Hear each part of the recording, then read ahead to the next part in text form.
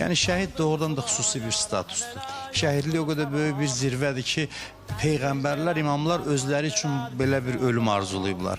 Bizdə dinimizdə ölüm istəmək qadağandır. Yəni insan deyə bilməz ki, ilahi mənə ölüm ver, məni öldür.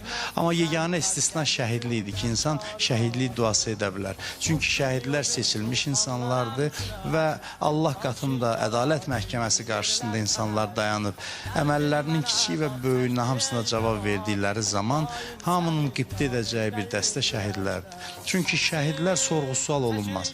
Mənim kimi insanlardan sorğu-sual olmayacaq. Mən sadəcə dəyərlər haqqında danışırdım və Allah qatında da məndən soruşulacaq ki, öz dediyinə nə qədər əməl edə bildin? Nə qədər əməl elədin, öz dediyinə nə qədər inanmışdın. Amma şəhidlər sorğu-sual olunmur, çünki onlar öz qanları ilə, canları ilə bütün suallara cavab verirlər. Onlar söz meydanının yox, əməl meydanının qəhrəmanlarıdır və ona görə də şəhidlərin xüsusi bir dərəcəsi var. Ona görə də mən hesab edirəm ki, Hacı, burada, üzr istəyirəm sözünüzü kəsirəm. Bəs qazilərlə bağlı dinimizdə hansı məqamlar var? O da çox maraqlıdır. Bəli, qazilər də çox yüksək bir məqama sahibdirlər. Yəni bir insan, hədislərdə Peyğəmbərimiz buyurur ki, evindən çıxıb döyüş bölgəsinə gedirsə artıq, evdən çıxdığı andan mələklər onları müşahidə edir və onlar üçün dua edir.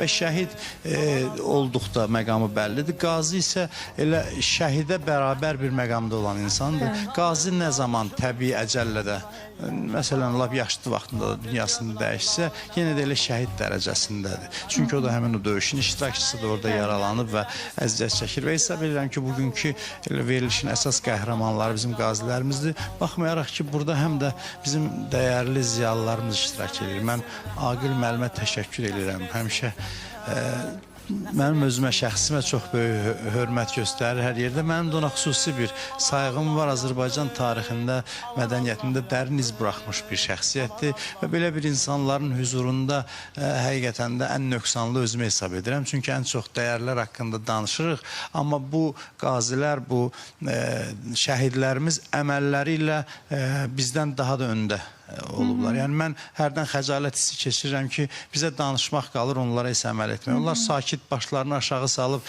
döyüş meydanında öz qəhrəmanlıqlarını göstərir. Hər bir insanın missiyası var da, Hacı, deyilmi? Onların da bəxtinə, taleyinə bu gözəl missiya düşür. Belə müqəddəs bir missiya düşür. Bəli, belədir.